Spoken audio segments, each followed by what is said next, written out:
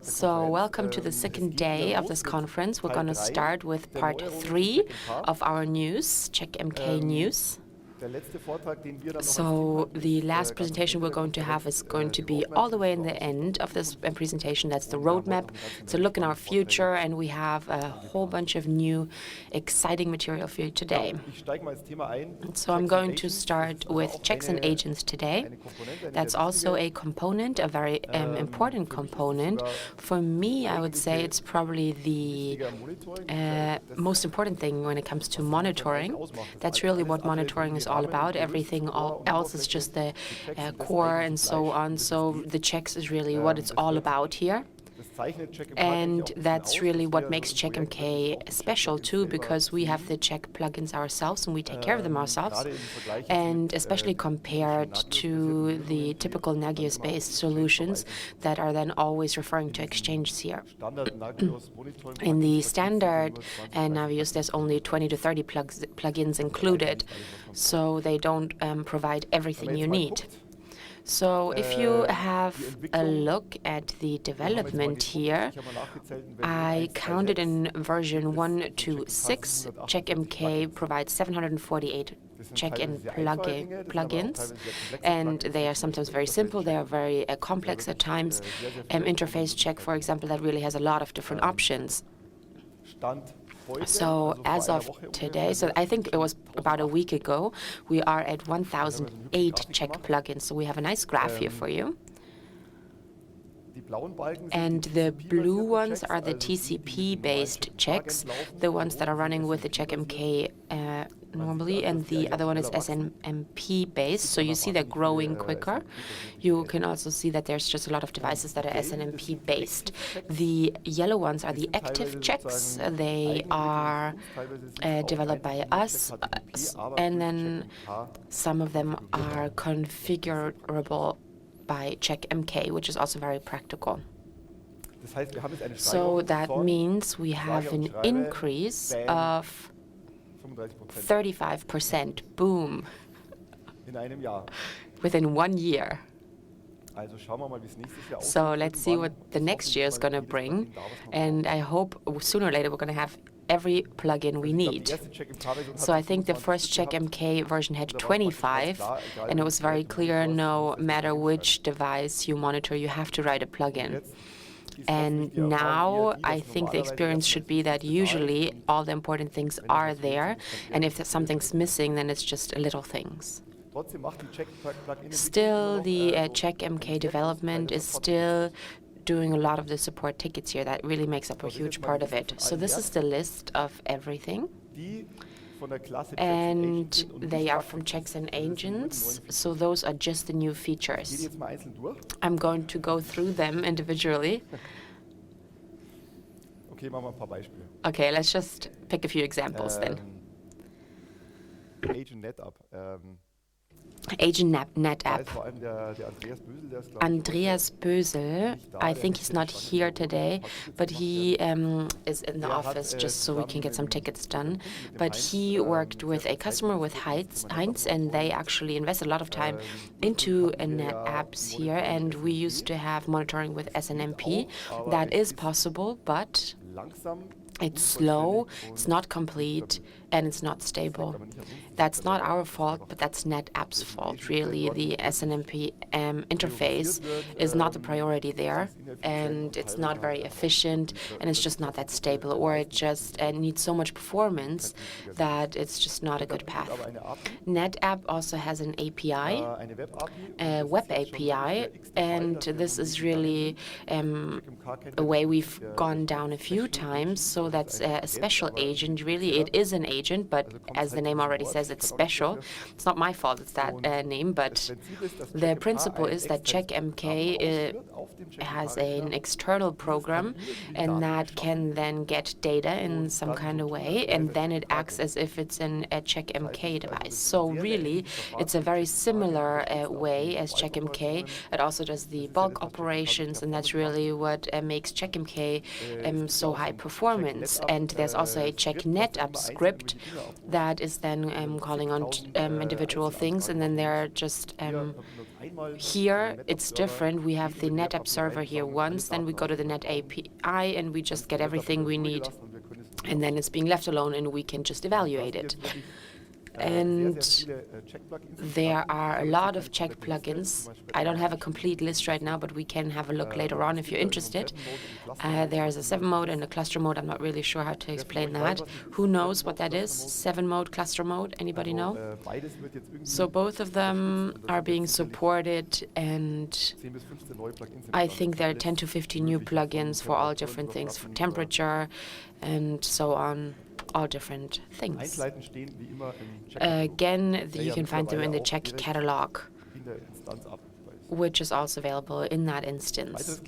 Another example here, we looked at the MemCheck here. That's something I picked up because I really worked on that. I am a Linux expert, and memory monitoring is very, very complex. It started with how much memory is still free. That's really what most users think about. If you then think about caches, they start thinking, okay, let's just consider caches to be free. That's one step further, but that's not really true. And what I did is I have the complete truck MemInfo. I looked at it. I looked at each individual value, and I just looked at what it really means. And that really is the source code of Linux as well. And at that point in time, all your online research is really not good enough anymore, and all the information you get is from the source code. So Linux at this point has up to 10 performance graphs. And I picked out 3 just as an example. So what you see up here, that's the caches, and that is just the structure and the content here, and that's how it's differentiated here. So really overall, this is just files and then meta information. Then we have active and inactive memory in the middle. That means if you talk about swaps, for example, then Linux has to decide what can I swap, what's good to swap, and so on, something that's just not being used, and that's the inactive memory, and that is being split up in content here and also memory map information. And that's the 2 colors you see here. With some checks, some metrics, it's difficult to actually have these values, but what you see here is the write back.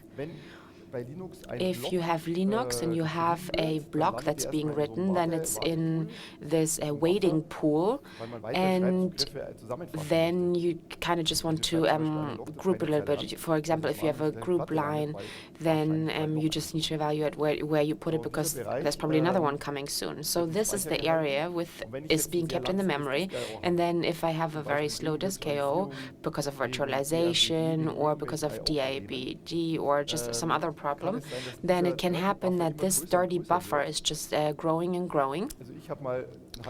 I had a server that was almost broken, and then it had a sync command that took more than 2 hours. And that was just due to the fact that the I/O just broken. So everything worked, but if you synced something, it took forever. That happens with the DI if you want to save something. And this is what you see here. You can see that this dirty area is just very, very big. Another example is page tables.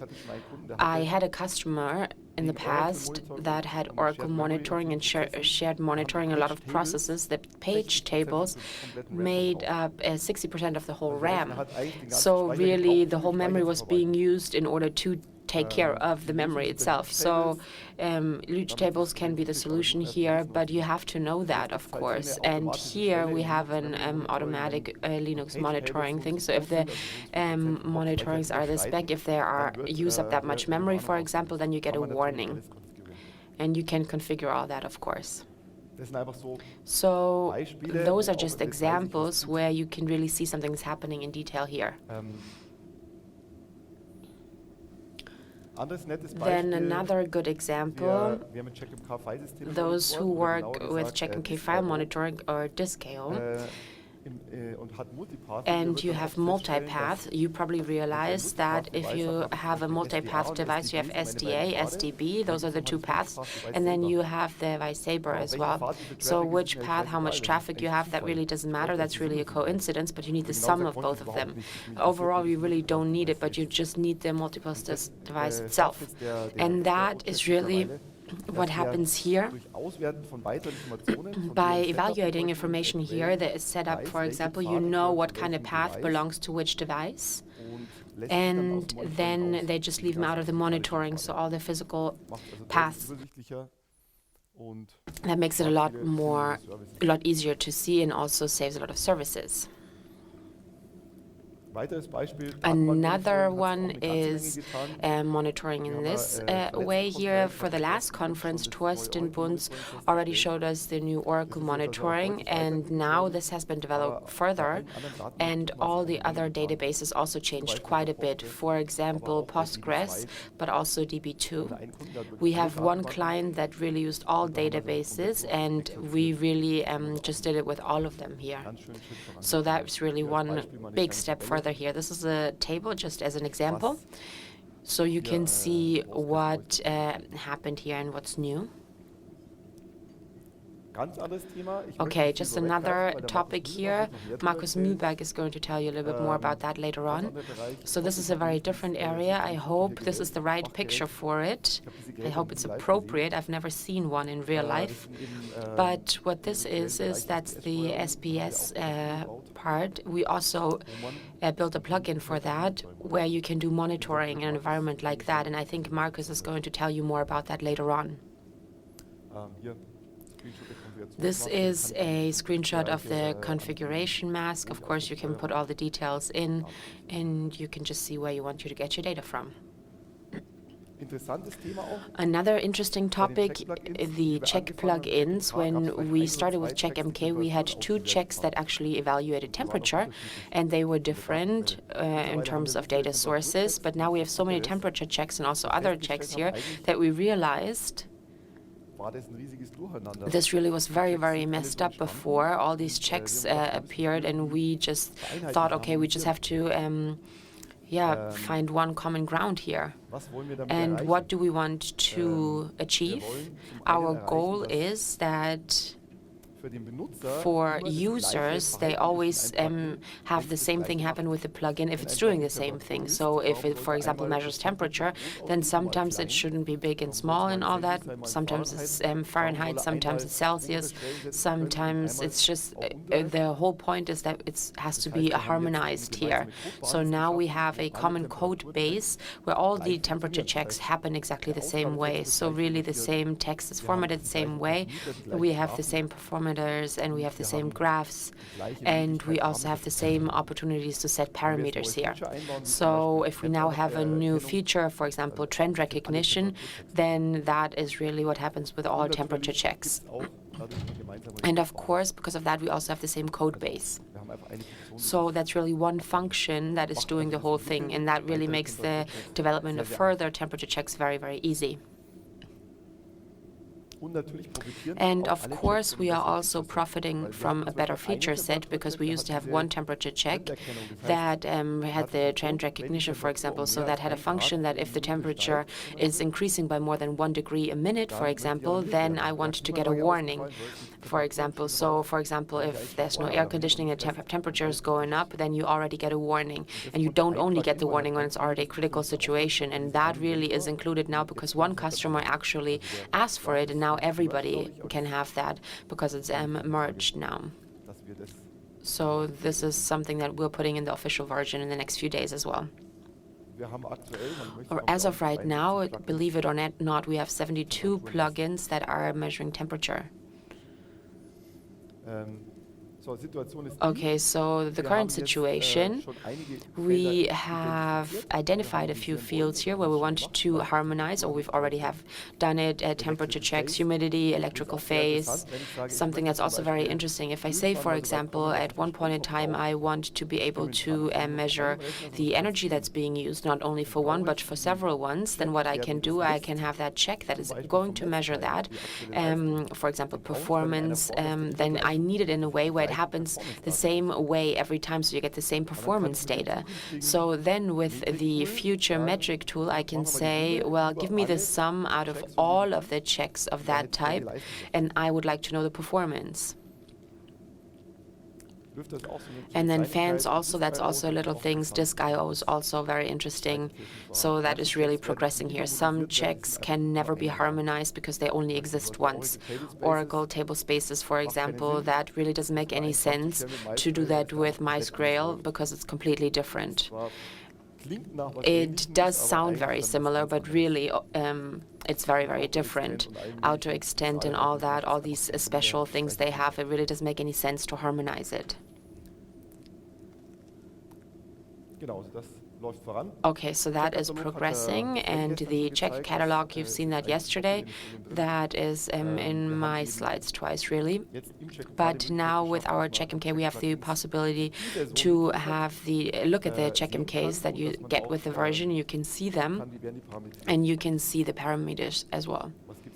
So what kind of options do you have, and so on. It's an overview. So for example, if you have a device and you think, well, why is this not being monitored? CheckMK is not finding anything. Now the question is, well, maybe there are no plugins, or are the plugins just not recognizing the device correctly because there's something different here? So then you can check the catalog and you can just see if there's anything that should be there or if there's any option. Okay, so that's really about all I wanted to say about check plugins. Do you have any questions?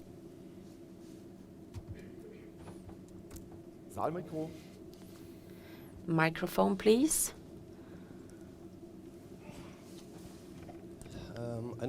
I have a question regarding the new checks, the include files and so on. Is there a usable way to have API documents that we have as developers for one plugin? Because I always look for something. Can we use it? Can we not use it?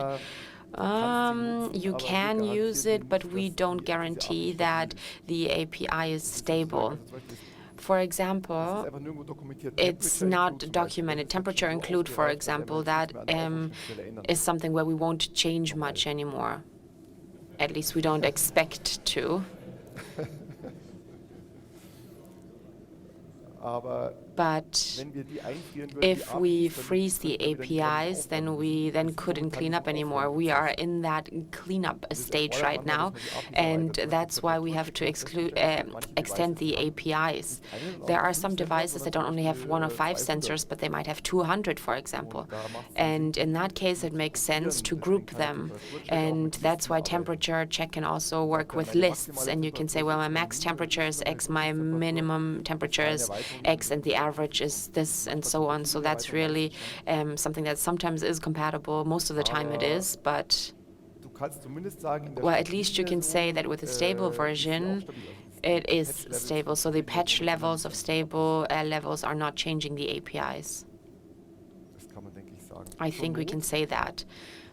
If you really need to, you can have the include function, copy that, and then just change that name internally. It's not very nice, but at least then it's frozen. So that's actually pretty easy to do. Any other questions? Okay. Then I am right on time. It took me 20 minutes.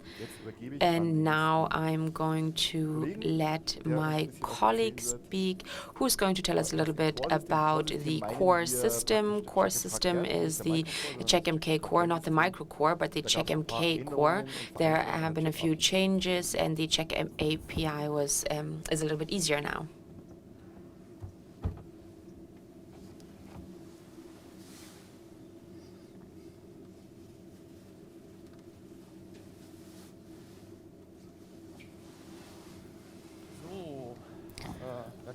Okay, can you hear me? Okay, good morning from my side as well. My name is Sebastian Habert. I've been with this company since August, and I am a software developer. I really like to be in a dark room, really, but now I'm on stage right now. I don't know how that happened. But the first point I would like to talk about is the automatic service discovery. Maybe you know that it's its own check if there's an agent and you hear that there's a new service on this host, for example. So that is automatically activated with all new ones. The old ones are not changing. Then you have to activate it as you had to previously. It can be configured now in a way that all these changes are being recognized and they are actually being used at the same time. So that means that if you want to, you can activate it, and then you really don't have to take care of that service discovery. It's all happening automatically. Any questions so far? Okay.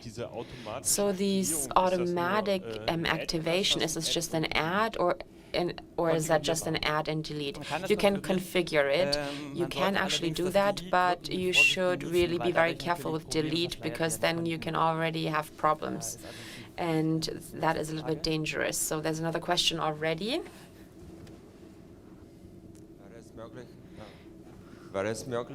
Is it possible to configure, for example, that you just want it in the mornings, something like that? Yes, there are time ranges where you can configure that. We also have another question, right? No? Okay. Okay. Good morning. I would like to know what kind of user context is this saved in, just so you can really see whether or not it was automatic or an active change. So was it added actively?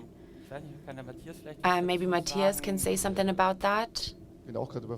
I don't know right now. I don't know. Is that even a log file entry? I'm not sure. Well, maybe you should write a ticket. Yeah, I'm actually not sure. I think it should be a log file entry. If it is, then you can recognize it, but if we don't have it, then we should probably have it. Well, it's possible that it's logged, but I'm not sure. Okay, I think everybody already asked the questions I was just going to talk about, so that's nice.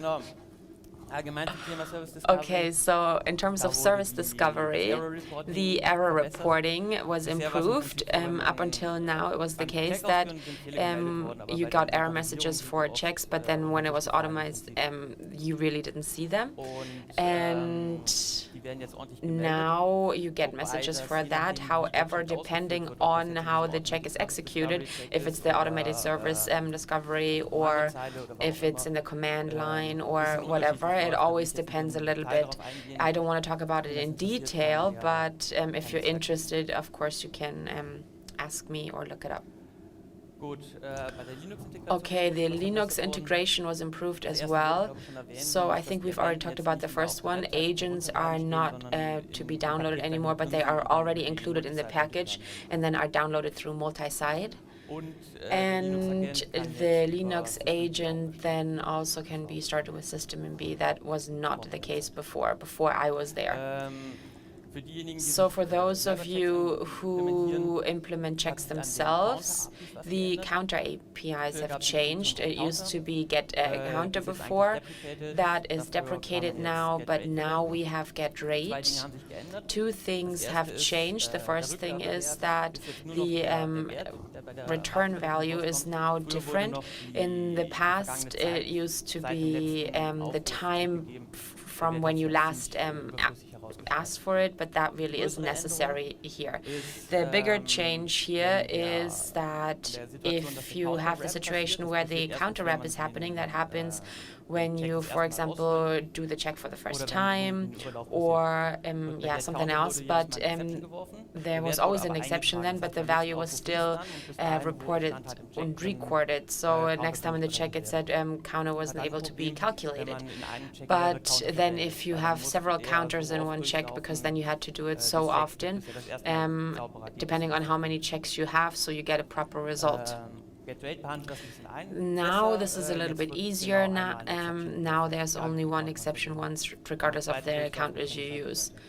And then the second time you get the actual values. Get average also changed. We also have the time diff parameter and we got rid of it. And if you have a check, an older check, for example, and you use get average, you would have to adapt that. And then we have two new functions here where I didn't find a value. Get item state and set item state. They are low-level variances of this data calculation. You can save random values for this, and then for the next check execution, you can get them. So I think there are two checks where we're actually doing that. And then another thing that makes it a bit easier for counter APs, the names that are being used for the counters are now unique, at least between the individual checks. Before, you had to generate the name in order to make sure that there are not several checks with several hosts and the same counter and so on. And that is now happening automatically. So you don't have to adjust your counter names if you already have unique names. Then you don't have to do that, because then they are just going to be more unique, but it's just not necessary. Any questions so far?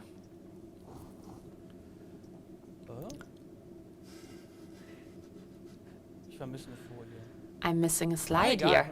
Well, it doesn't matter.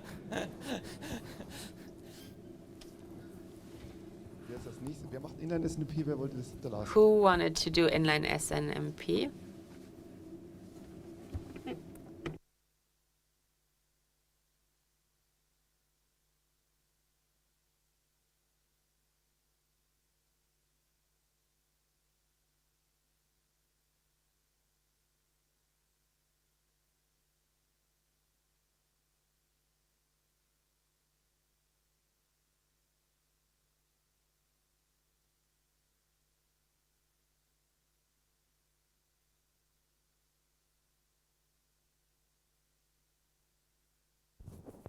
So, jetzt habe ich so auf dieses Ding aufgesetzt und irgendwie beim dritten Mal klappt es nicht mehr.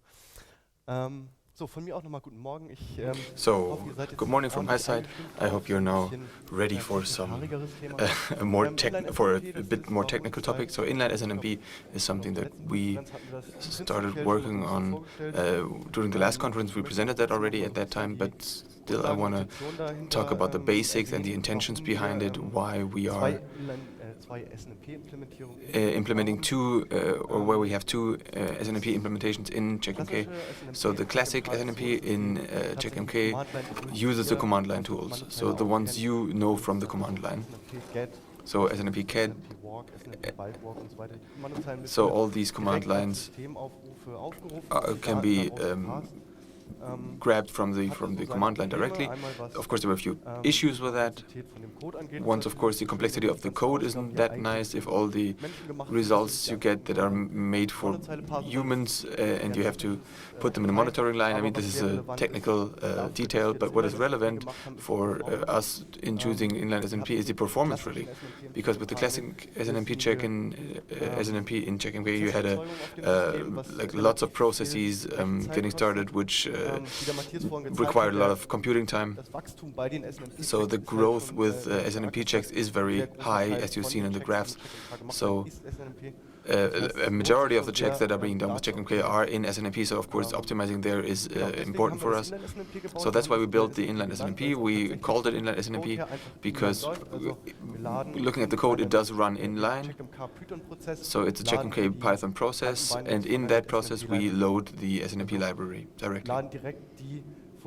So the functions that NetSNMP is defining for the request of SNMP values is directly loaded into the program, and then we are accessing them within the process, so we're not starting a new process for this, and thus we are saving about 50% of CPU power with the SNMP monitoring. And that is something that really makes a difference, especially in large systems where there's a lot of SNMP. You really feel that. I mean, you can do the double amount of checks really in the same setup. So when it comes to implementing, it wasn't actually that simple, simply because the NetSNMP bindings that we had, they didn't have a bulk walk function, so we needed to look at the behavior of bulk walk and redesign that as a program.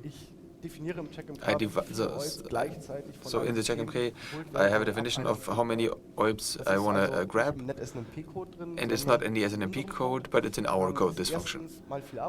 Of course, in the first step, this was a lot of work, but it also provides us with a great opportunity, because we have the possibility to do more optimization in this case. I mean, it's not optimized yet.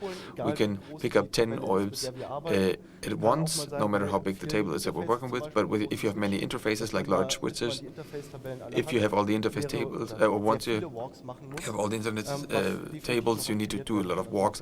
Of course, we can optimize in that direction. I mean, we could increase package sizes, for example. So there are fewer contacts between the devices. It's in the code, and all we need to do is just do it, really implement it, and find a smart way to do it, to have it configurable or automatic detection. This is still some concept work that we need to do there, but we do have the option. So when it comes to performance, we can still actually get better in that. So the nice thing about inline SNMP is, well, it's only in the CheckMK Enterprise Edition.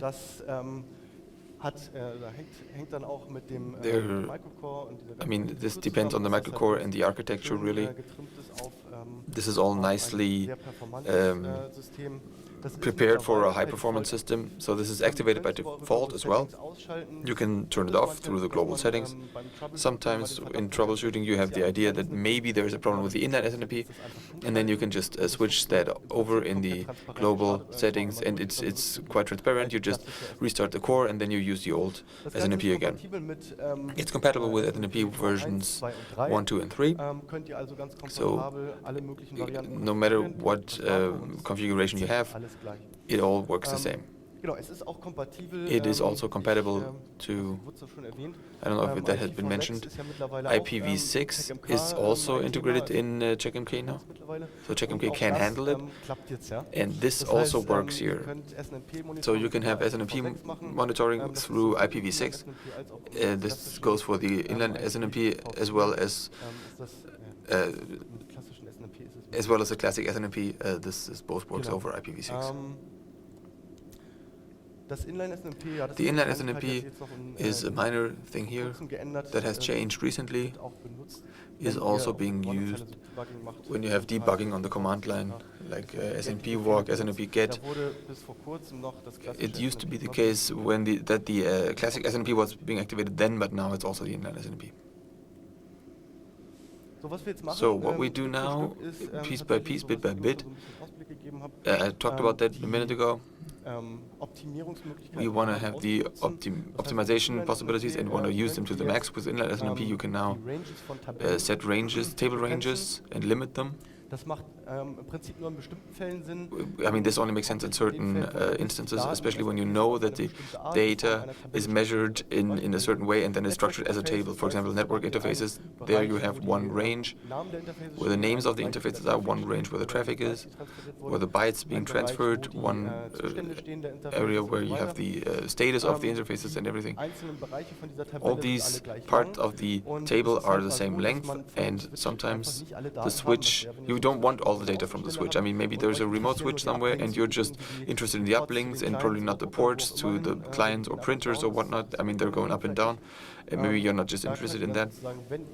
So if you want to tune the SNMP, you can use the OID range limits and configure them so that you have all the uplinks on port 1 and 2 and say, well, I only want to see those OIDs. And you just thus optimize the SNMP request. If you don't do that, you will get all the table, and the entire table will be grabbed. I mean, this is based on the discovery, basically.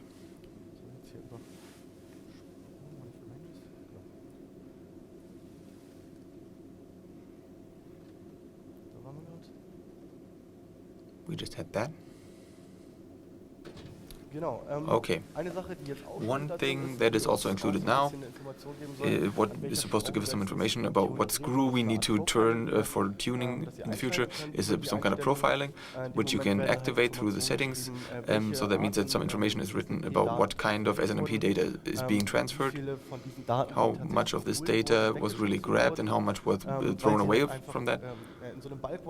Because in a bulk walk, of course, you can have a table sometimes that is 3 OIDs long, but then you have a 10-piece bulk walk, and then you need to throw away a lot. In practice, this still exists, but in the profiling models, you can measure that.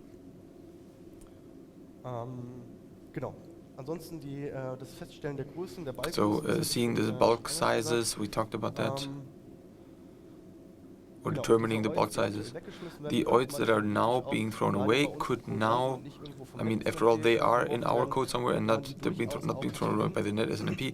You could probably use that as well. I mean, this can happen. You can have a walk and you have a few extra OIDs coming in, and then on the next walk, it wants these OIDs you just thrown away. So maybe you could optimize it in a way here as well. So this was pretty hardcore tech stuff. Now we're getting the more superficial stuff again. This is everything I had to say about inline SNMP, and there's a question in the room.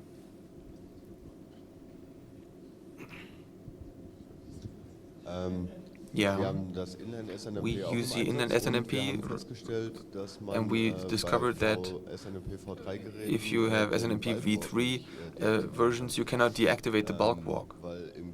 Because in the code, in this spot, they ask, are you a bulk walk host or a v3 device? And then we say bulk walk.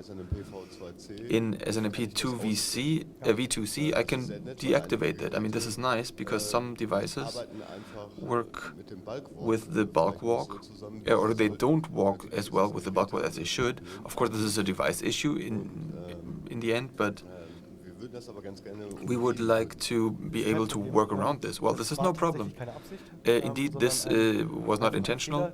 It's a bug, I think, which also has been fixed.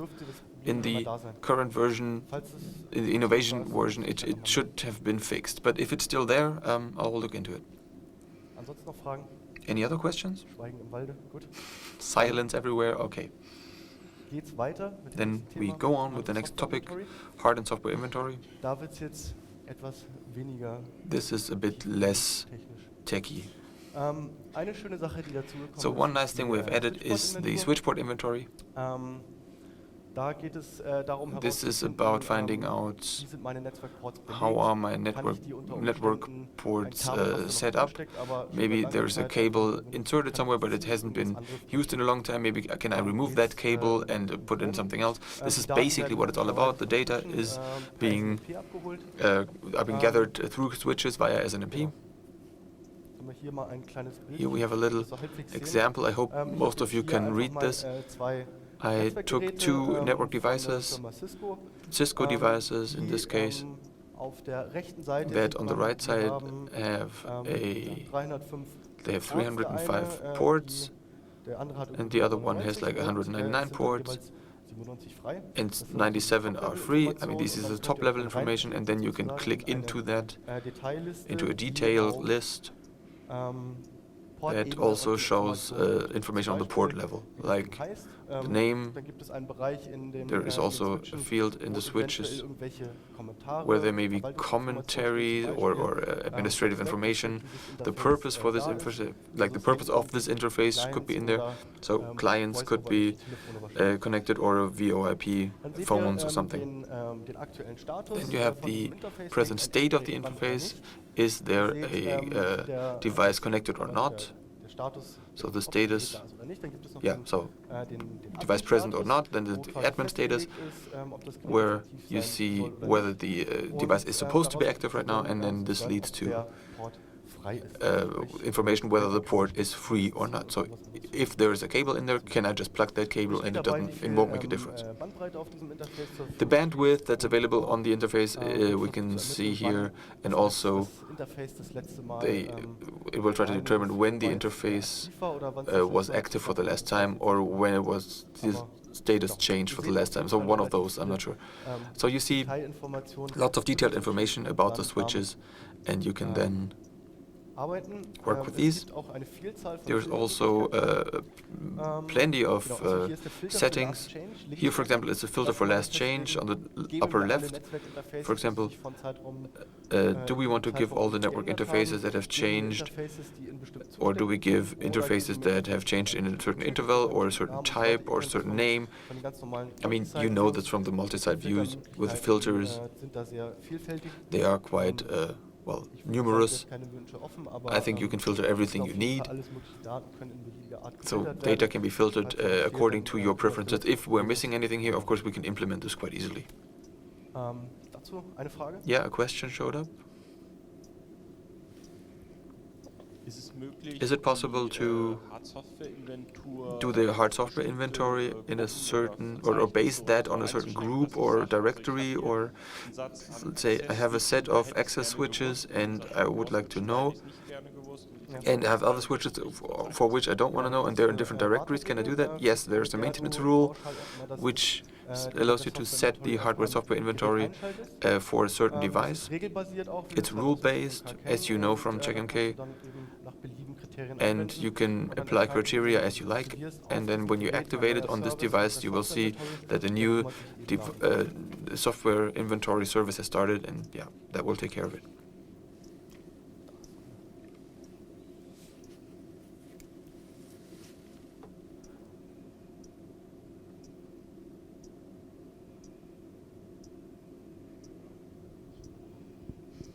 About the es geht die freien Ports auf dem Switch. Welches MIP wird verwendet, um diesen Status freier Port abzurufen, wenn der Port, also wenn quasi kein Kabel drin steckt? Zum Beispiel, wenn der letzte Traffic auf diesem Port vor 10 Tagen stattfand, wird das dann, also wird die letzte Verwendung eines Ports auch dann noch angezeigt? Diese Details kenne ich nicht, aber Matthias kann das sagen. Ich habe dieses Feature eingebaut, also sollte ich das eigentlich wissen. Wir verwenden eine Kombination. Es gibt den administrativen Status der Schnittstelle, aber das verwenden Menschen manchmal nicht. Also kann man es dann nicht verwenden, um zu sehen, ob dieser Port verwendet wird. Da gibt es dann die letzte Spalte hier, in der steht drin, als wann dieser Port das letzte Mal aktiv angezeigt wurde. Also es ist nicht holistisch. Also man kann dann die Ebene aussuchen, man kann zum Beispiel konfigurieren, wenn ein Port zum Beispiel 30 Tage lang nicht verwendet wurde oder keine Traffic gesehen hat, dann ist er verfügbar. Yeah, you're right. Sie haben recht. Vielleicht können wir diesen Spezialfall später nochmal betrachten. Wenn man den Switch jeden Tag allerdings neu startet, ist das natürlich sehr schwierig. Ja, in diesem Fall ist es wahrscheinlich ein bisschen schwieriger zu sehen, ob der Switch frei ist. Ja, wir haben da die bestmögliche Lösung gefunden, aber wenn Sie später nochmal fragen, können wir uns den Code nochmal genauer anschauen. Ja. Da wir dieses Feature eingebaut haben, nur um zu sehen, ob ein Port eben vielleicht seit 10 Tagen nicht verwendet wurde. Aber wenn man den Switch neu startet, dann wird natürlich der Counter wieder auf 0 gesetzt. Also ich würde eben gerne wissen, ob man da eine Technik irgendwie anwenden kann. Aber danke für die Information.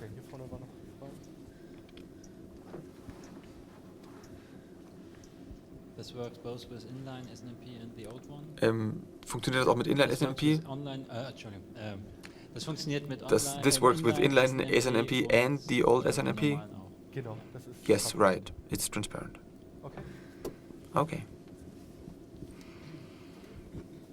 Ist es irgendwie, also hat jetzt nichts mit den Switchen zu tun, aber ist es angedacht? The question, apart from the switches, are you planning to make the software hardware inventory, make it available as a host text? So when the software inventory has seen that this is a SUSE Linux or a Red Hat Linux, maybe I can apply some rules to that as well. Well, yeah, of course this is feasible for practical reasons, but the problem here is that there are no real text structures predefined. I mean, it's completely individual in every environment, so this would be a technical difficulty in this respect if you want to do standardization, but you never know what the future will bring. I mean, it does sound interesting and yeah, probably could be done. But of course, it's tricky.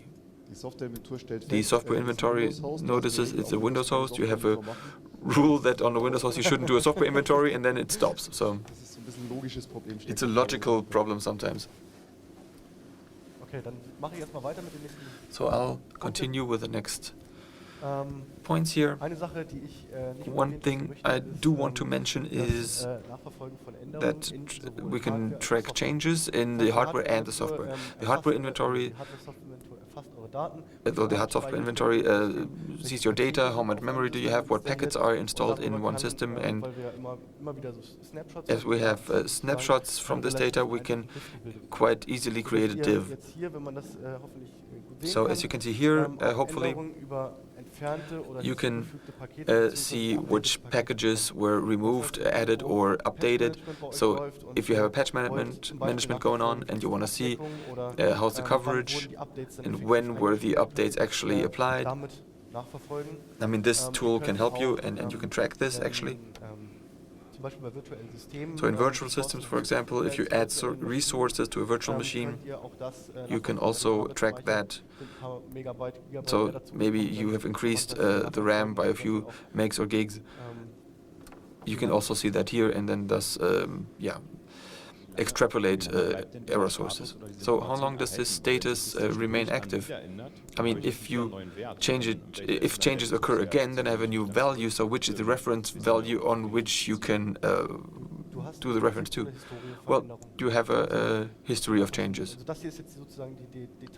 This is a detailed view of one change, but these are listed really, and you can look at the separate changes and look at the separate divs and see what happened at what time.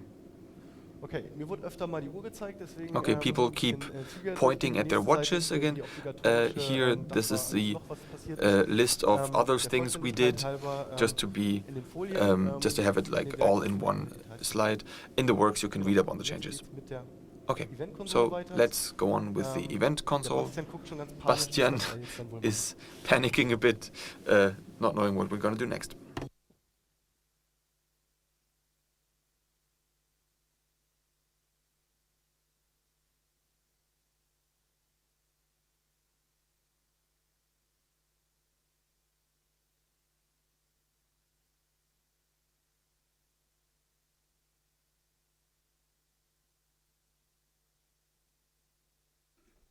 Hallo. Ja, war heute Morgen schon mal ganz lustig. Alle stehen im Hemd da und ich habe das Polo an. Well, it's really funny. Everybody's wearing their nice white shirts and I'm wearing black. I hope that's not a bad sign, but I'm sure we're going to be okay. So we have 5 minutes left and I have news in terms of the event console for you. One of the functions that is something that our clients actually wanted for quite a long time, even though I've always said it's never going to happen. Now it did happen. So the event console can now translate incoming SNMP traps. So what happens is that within Vato on the side of the event console, on the right-hand side on the top, there's a button where you can then upload new MIP files, and then what it does is, for example, this one, it translates into this one. So what that means is you don't only have the address here, but in addition to that, also the name is being translated. And the OID itself is then in the application field, and then afterwards that matching is taking place of the event consoles. So the whole implementation is then happening within the libSNMP. and automatically translated are all the ORDs where you have matching MIP entries. So standardized, it is being deactivated, but then in the settings of the event console, you can actually change that with a little button and you can activate it.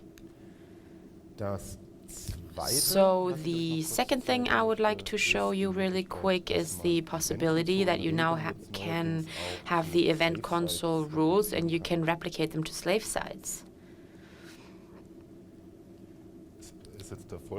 So this is the following example. You can configure everything centrally, and then just as you know from way 2, you can also distribute it. But the only thing that doesn't work so far is the central overview. That doesn't happen so far, and you don't see the events so far that are happening on the slave sites. And I have another piece of news for you. I only said it's 2, but really it's 3. We have a new function here as well, and that's the so-called rule packs. In the past, it used to be the case that the overview of the rules of event consoles, you open that, and then you had pages and pages of rules. But now they are being grouped into rule packs. And one that's really, really good for them, an action that's really good for them, you can actually have rules that make it where an incoming event then is skipping one of those rule packs. So I can say, for example, if a syslog application in this event is included, then it can skip rule packs with rules for SNMPs, for example. And that, of course, is saving performance long term. So I think that's perfect. Other than that, we also have a very, very long list here of additional things, small things that changed within the event console, but I would suggest that we take a break now if you don't have any questions. Then, yeah, let's take a break. Yay!